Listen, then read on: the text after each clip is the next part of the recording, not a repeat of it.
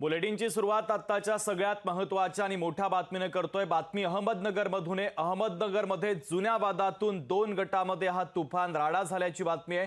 सचिन जाधव आणि सागर मुर्तडक यांचे कार्यकर्ते भिडलेले आहेत। सागर मुर्तडक यांचं वाहन कार्यालय फोडण्यात आलं, तर अहमदनगरच्या मंगलगेट परिसरामध्ये सध्या तणावाचं वातावरण आहे। तर तणावाच्या पार्श्वभूमीवर पोलिसांचा बंदोबस्त देखील आता तैनात ठेवण्यात आलेला आहे।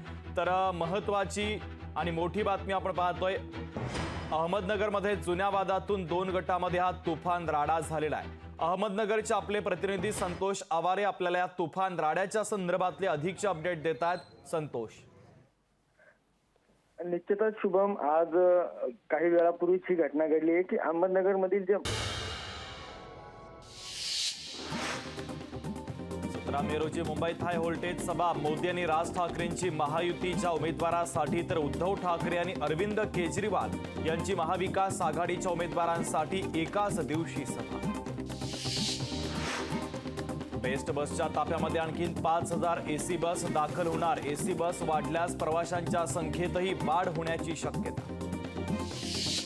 इलाहाबाद ते सिब्ज मेट्रो प्रवास लवकरच सुरू होणार।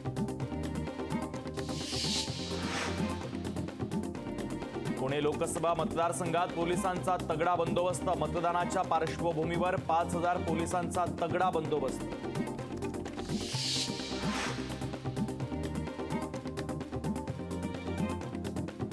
छत्रपती संभाजीनगरमध्ये 39 लाखांची रोकड जप्त। मोबाईल शॉपीमध्ये पकडली रोख रक्कम, तर 4 जण पोलिसांच्या ताब्यात।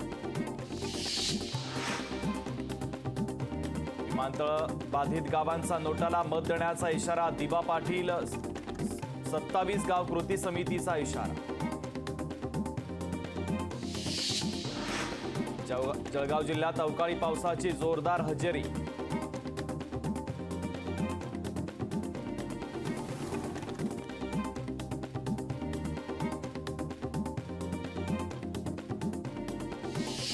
बीड जिल्ह्यातील आष्टी तालुक्यामध्ये अवकाळी पावसानं शेतकऱ्यांचं नुकसान। पंचनामे करून मदत देण्याची शेतकऱ्यांची मागणी।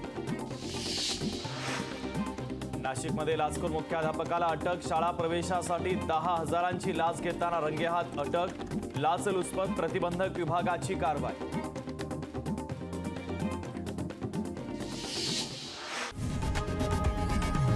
लोकशाही मराठी ऐका, पहा, जागरूक रहा।